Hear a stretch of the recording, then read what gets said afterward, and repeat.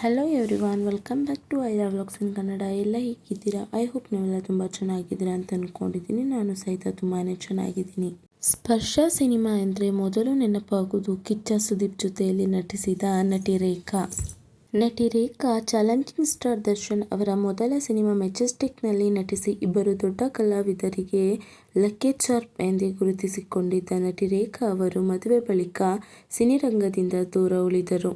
ನಂತರ ನಟಿ ರೇಖಾ ಕನ್ನಡದ ದೊಡ್ಡ reality show Bigg Boss season 8ರಲ್ಲಿ ಭಾಗವಹಿಸಿ ಮತ್ತೆ ಬಣ್ಣದ ಲೋಕಕ್ಕೆ ಮರಳಿ ಪೋಷಕ ಪಾತ್ರಗಳ ಮೂಲಕ ಮಿಂಚುತ್ತಿರುವ ನಟಿ ರೇಖಾ ಅವರ ಪತಿ ಯಾರು ಎನ್ನುವುದು ಸಂಪೂರ್ಣ ಮಾಹಿತಿ ನೋಡ್ಕೊಂಬರೋಣ ಬನ್ನಿ.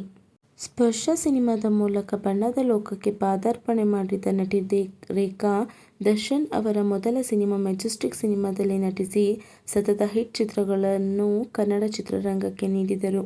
ಬೆರಳೆಣಿಕೆ ಸಿನಿಮಾಗಳನ್ನು ನೀಡಿದರೂ ತಮ್ಮದೇ ಆದ ಅಭಿಮಾನಿ ಬಳಗವನ್ನು ಹೊಂದಿರುವ ನಟಿ ರೇಖಾ ಸಿನಿರಂಗದಲ್ಲಿ ಉತ್ತುಂಗದಲ್ಲಿರುವಾಗಲೇ ಸಂದೇಶ್ ಎಂಬ ಬೆಂಗಳೂರು ಮೂಲದ ಸಾಫ್ಟ್ವೇರ್ ಉದ್ಯಮಿಯನ್ನು ವಿವಾಹವಾದರು. ಈ ದಂಪತಿಗೆ ಸದ್ಯ ಒಂದು ಗಂಡು ಹಾಗೂ ಒಂದು ಹೆಣ್ಣು ಮಗುವಿದೆ. ಸದ್ಯ ತಮ್ಮ ಮಕ್ಕಳ ಪಾಲನೆ ಪೋಷಣೆಯಲ್ಲಿ ನಿರತರಾಗಿರುವ ನಟಿ ರೇಖಾ ಮಕ್ಕಳು ಸಹ ಸಿನಿರಂಗಕ್ಕೆ ಕಾಲಿಡ್ತಾರೆ ಎನ್ನುವುದನ್ನು ಕಾದು ನೋಡಬೇಕಾಗಿದೆ.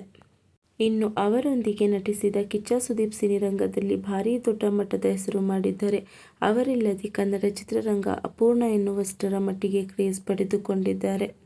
ಕಿಚ್ಚ ಸುದೀಪ್ ಹಾಗೂ ನಟಿ ರೇಖಾ ನಟಿಸಿದ ಈ ಸ್ಪರ್ಶ ಸಿನಿಮಾ ಹಳೆಯದಾದರೂ ಈಗಲೂ ಅದರಲ್ಲಿನ ಸಾಂಗ್ಸ್ ಎಲ್ಲರಿಗೂ ನೆನಪಿದೆ. ಕನ್ನಡ ಸಿನಿಪ್ರಿಯರಂತೂ ಮರೆಯಲಾಗದ ಸಿನಿಮಾ ಅದು ಎಂದರೆ ತಪ್ಪಾಗುವುದಿಲ್ಲ.